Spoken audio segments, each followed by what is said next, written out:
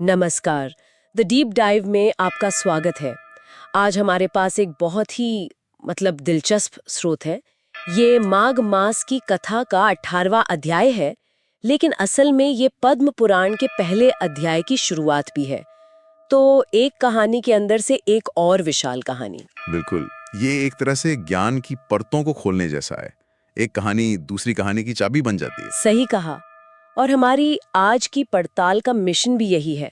हम इस स्रोत के जरिए ये समझने की कोशिश करेंगे कि पुराणों की दुनिया कितनी विशाल है, उनकी उत्पत्ति का रहस्य क्या है और पद्म पुराण को इतना खास क्यों माना जाता है। साथ ही इसमें नारायण कवच नाम की एक प्रार्थना का जिक्र है, जो किसी आध्यात्मिक कवच की तरह लगती है। हम उसकी भी गहराई में उतरेंगे। और ये सब एक बहुत ही दिलचस्प फ्रेमवर्क में बताया गया है। गुरु से शिष्य और फिर पिता से पुत्र तक ज्ञान कैसे पहुंचता है। ये सिर्फ जानकारी नहीं है, बल्कि एक परंपरा का हस्तांतरण है। तो चलिए इस यात्रा की शुरुआत करते हैं। वो कहानी शुरू होती है व्यास जी के एक शिष्य लोमहर्षण से। वो अपने बेटे उग्रश्रवा, जिन्हें सूत जी भी कहा जाता है, को एक काम सौंपते हैं। वो कहते हैं कि जाओ और ऋषियों के बीच ज्ञान का प्रसार करो। यहाँ मुझे एक बात बहुत दिलचस्प लगी। पिता अपने पुत्र को ज्ञान बांटने के लिए भेज रहे हैं, सिर्फ उसे अपने तक रखने के लिए नहीं। ये उस दौर की शिक्षा व्यवस्था का सार है एक तरह से। ज्ञान को बांटना उसे बढ़ाने जैसा था, उसे किसी तिजोरी में बंद करने जैसा नहीं। उग्रश्रवा एक तरह से ज्ञान के दूत हैं, जिन्हें एक खास मिशन पर भेजा गया है। और वो पहुंचते हैं नैमिषारण्य। इस जगह के नाम के पीछे भी एक कहानी है ना? हाँ, और बहुत रोचक कहानी है। स्रोत बताता है कि ऋषियों के पूछने पर भगवान ने एक धर्म चक्र चलाया और कहा कि जहां इस चक्र की नेमी यानी पहिए का बाहरी किनारा।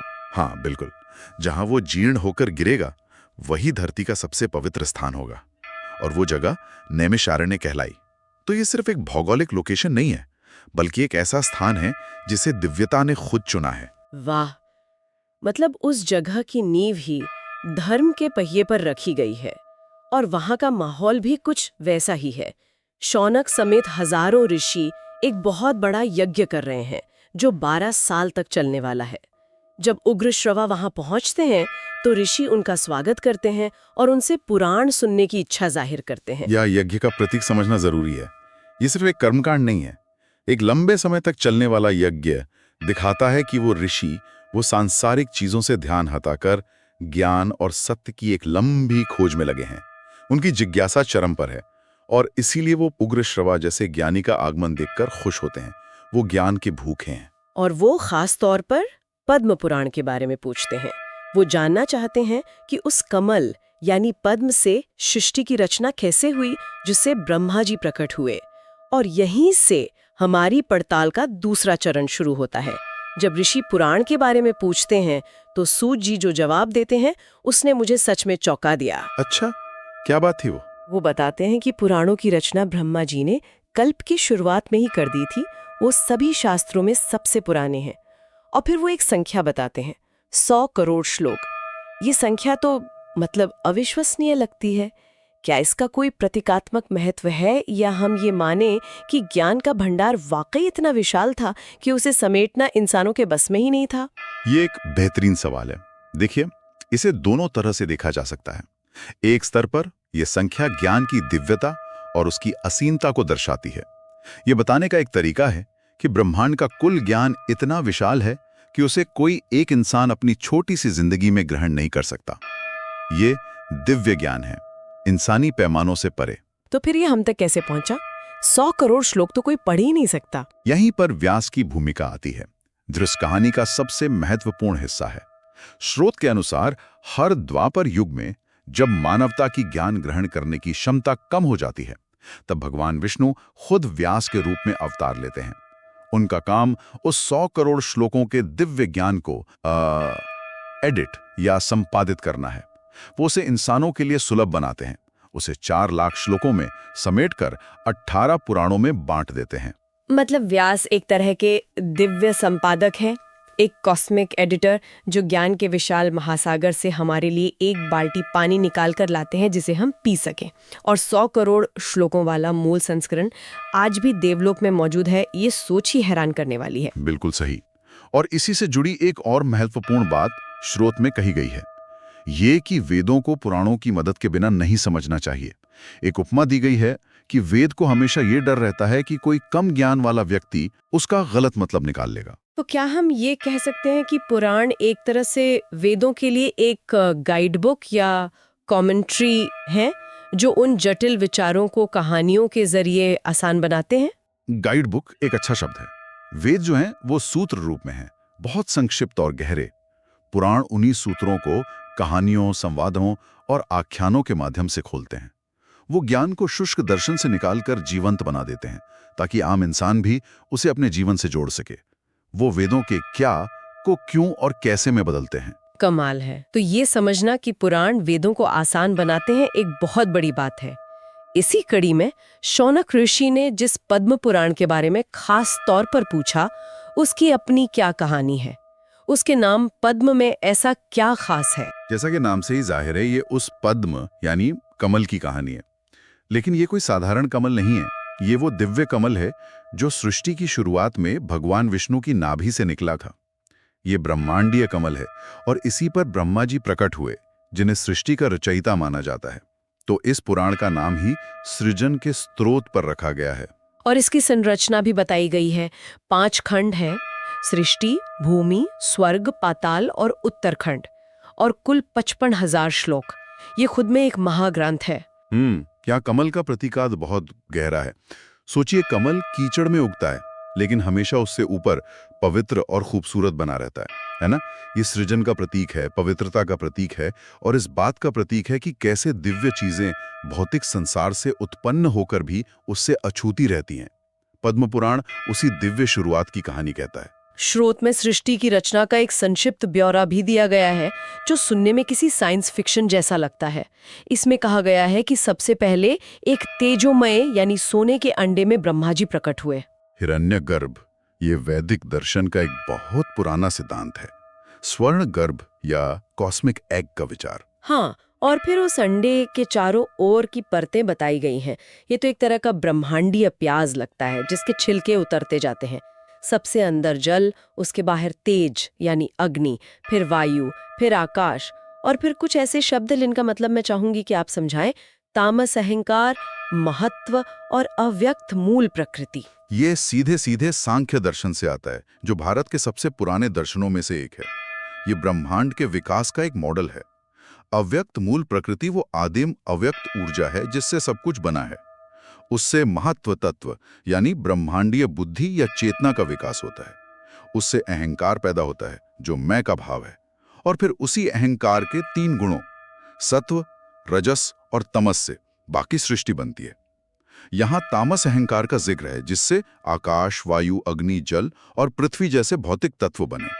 तो ये सिर्फ एक कहानी नहीं है, ये एक दार्शनिक और कह सकते हैं कि एक वैज्ञानिक मॉडल है जिसे कथा में पिरोया गया है। ये तो वाकई बहुत गहरा है। मतलब पुराणों की कहानियों के पीछे दर्शन का एक पूरा ढांचा छुपा हुआ है। चलिए अब उस हिस्से पर आते हैं जो मुझे बहुत शक्तिशाली लगा, नारायण कवच। पद्म पुराण की भूमिका के बाद सूत जी इस कवच का वर्णन करते हैं। ये क्या है? ये एक स्तुति है, लेकिन ये सामान्य प्रार्थना से कहीं बढ़कर है। जैसा कि नाम से पता चलता है, ये एक कवच है, एक आध्यात्मिक सुरक्षा कवच। इसे देवराज इंद्र को असुरों पर विजय पाने के लिए सिखाया गया था। इसमें भगवान विष्णु के अलग अलग अवतारों और रूपों से शरीर के हर अंग की और हर परिस्थिति में रक्षा की प्रार्थना की गई है। जैसे मत्स्य भगवान जल में, वामन भगवान स्थल पर और नृसिंह भगवान दुर्गम जगहों जैसे कि किलों और जंगलों में रक्षा करें। ये तो एक तरह की आध्यात्मिक बुलेट प्रूफ जैकेट जैसी बात हो गई। लेकिन क्या ये सिर्फ बाहरी खतरों से बचाने के लिए है या इसका कोई मनोवैज्ञानिक असर भी होता है? मतलब हमारे अंदर के डर को खत्म करने के लिए? देखिए, इसमें भौतिक डर मतलब शत्रुओं से रक्षा, अलौकिक डर जैसे भूत प्रेत राक्षसों से रक्षा, और सबसे जरूरी आंतरिक डर यानी मन के विकारों से रक्षा, तीनों के लिए प्रार्थना है। एक जगह प्रार्थना है कि सनत कुमार मुझे कामदेव से बचाएं, ये दिखाता है कि ये कवच सिर्फ तलवारों और तीरों से नहीं बल्कि मन की वासनाओं और भटकाव से भी बचाता है। ये आस्था का एक बहुत ही व्यावहारिक रूप है। और इसकी शक्ति को दिखाने के लिए स्रोत में एक कहानी भी दी गई है जो अविश्वसनीय लगती है। गंधर्वराज चित्ररथ अपने विमान से कहीं जा रहे थे और एक जगह उनका विमान अपने आप जमीन पर गिर गया। बाद में पता चला कि वो एक ऐसी जगह के ऊपर से गुजरे थे जहां इस कवच को धारण करने वाले एक ब्राह्मण की अस्थियां पड़ी थीं। सिर्फ अस्थियों के प्रभाव से पूरा विमान नीचे आ गया। हाँ, ये कहानी बहुत प्रभावशाली है और ये कवच की शक्ति की दिव्यता को दर्शाती है। लेकिन एक आधुनिक श्रोता के लिए ये सवाल भी उठता है कि क्या हमें इसे अक्षरशः लेना चाहिए या ये एक रूपक है? आप क्या कहना चाहते हैं? शायद ये कहानी ये बताने का एक तरीका है कि पुण्य और धर्म की ऊर्जा इतनी शक्तिशाली होती है कि वो भौतिक जगत के नियमों पर भी असर डाल सकती है। ये ऊर्जा व्यक्ति की मृत्यु के बाद भी उसके अवशेषों में बनी रहती है। ये उस कवच के प्रभाव की स्थायी प्रकृति को दिखाता है। ये सिर्फ एक पार्ट नहीं है, बल्कि एक ऐसा ऊर्जा क्षेत्र बनाने की प्रक्रिया है जो हमेशा आपके साथ रहता है। बाद में बालखिल्य मुनियों ने चित्ररथ को उन अस्थियों को सरस्वती नदी में प्रवाहित करने को कहा, जिसके बाद ही वो आगे बढ़ पाए। तो आज की हमारी इस चर्चा से जो बातें निकल कर आईं वो वाकई कमाल है। हमने ज्ञान की एक ऐसी परंपरा को देखा जो 100 करोड़ श्लोकों के दिव्य महासागर से शुरू होकर व्यास जी के जरिए संपादित होकर हम तक 18 पुराणों के रूप में पहुंची। हमने पद्म पुराण के नाम के पीछे सृजन के सबसे बड़े प्रतीक यानी कमल के रहस्य को समझा और अंत में नारायण कवच के रूप में आस्था के उस व्यावहारिक रूप को देखा जो इंसान को हर तरह के बाहरी और भीतरी भय से बचाने का वादा करता है। बिल्कुल। और इस पूरी चर्चा के अंत में श्रोत में ही एक ऐसी बात कही गई है जो हमें सोचने पर मजबूर कर देती है। वो क्या है? उसमें कहा गया है कि जो व्यक्ति अंगों और उपनिषदों समेत चारों वेदों का ज्ञाता है, उससे भी श्रेष्ठ वो व्यक्ति है जो केवल इस पुराण का ज्ञाता है। अब ये एक बहुत बड़ा बयान है। ये वेदों के ज्ञान से पुराण के ज्ञान को ऊपर रख रहा है। हाँ, ये तो स्थापित क्रम को चुनौती देने जैसा है। इसका क्या अर्थ हो सकता है? मेरे विचार में ये हमें ज्ञान के उद्देश्य के बारे में कुछ बताता है। शायद इसका इशारा ये है कि सिर्फ जटिल, गूढ़ और कर्मकांडी ज्ञान जो वेदों का हिस्सा है, उसे जमा कर लेना ही काफी नहीं है। असली महत्व उस ज्ञान का है जो सुलभ हो, जिसे कहानियों के माध्यम से आम इंसान समझ सके और अपने जीवन में उतार सके, जैसा कि पुराण करते हैं। शायद ये कह रहा है कि ज्ञान का अंतिम लक्ष्य उसे जानना नहीं बल्कि उसे जीना है, और जो ज्ञान जीने में मदद करे वही श्रेष्ठ है।